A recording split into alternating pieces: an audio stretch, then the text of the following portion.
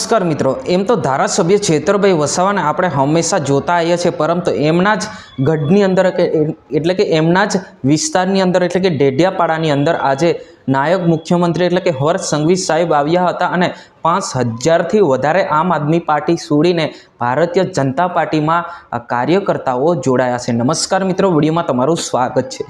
વિડીયોને અંત સુધી જોજો અને આપણી ચેનલ પર નવા હો તો ચેનલને સબસ્ક્રાઇબ કરીને લાઇક કરી નાખજો, કેમ કે ગુજરાતની તમામ માહિતી તમારા સુધી પહોંચાડવાનું કામ અમે કરી રહ્યા છે। મિત્રો, વાત કરવામાં આવે તો ડેડિયાપાડામાં આજે જે મુખ્યમંત્રી એટલે કે નાયબ મુખ્યમંત્રી હર્ષ સંઘવી સાહેબ આવ્યા હતા અને અત્યારે જે સ્થાનિક ચૂંટણીને લઈને જે રાજકારણ છે ખૂબ જ ગરમાયું છે, ત્યારે જ્યારે ડેડિયાપાડા જેવા વિસ્તારની અંદર એટલે કે ધારાસભ્ય છેતરભાઈ વસાવાનું ગઢ છે, એટલે કે ત્યાં આગળ જે ચાલે તો ચાલે છેતરભાઈ ચાલે, પરંતુ કંઈક અલગ એવું થયું કે ભાઈ 2027ની અંદર જે રીતના ચૂંટણી આવી રહી છે એ ચૂંટણીને ધ્યાનમાં લઈને જે આજે ડેડિયાપાડા ખાતે નાયબ મુખ્યમંત્રી હર્ષ સંઘવીભાઈ સાહેબ આવ્યા હતા, ત્યારે જે 5000થી વધારે લોકો, આપણે તો ટાર્ગેટ આટલું જ આપીએ છીએ 5000, પરંતુ વધારે પણ હોઈ શકે છે, 5000 બી હોઈ શકે, 10,000 બી હોઈ શકે છે।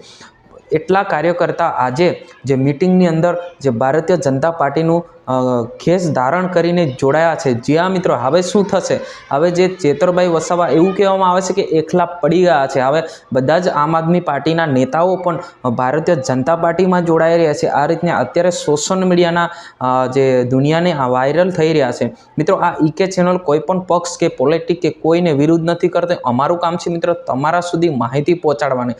જ્યાં મિત્રો તમારે શું કહેવું છે જરૂર કમેન્ટ કરીને બતાવજો। આજની વિડીયોની અંદર બસ આટલું જ। અમારા ઇન્સ્ટાગ્રામ આઈડી પર જઈને પણ જરૂરથી ફોલો કરજો, ત્યાં પણ તમને ઘણી બધી ટૂંક સમયમાં માહિતી અને ટૂંક વિડીયોની અંદર માહિતી મળે છે। જ્યાં મિત્રો આજની વિડીયોની અંદર બસ આટલું, તાત્કાલિક આપણે નવા વિડીયોમાં મળવાના છે। જય હિન્દ।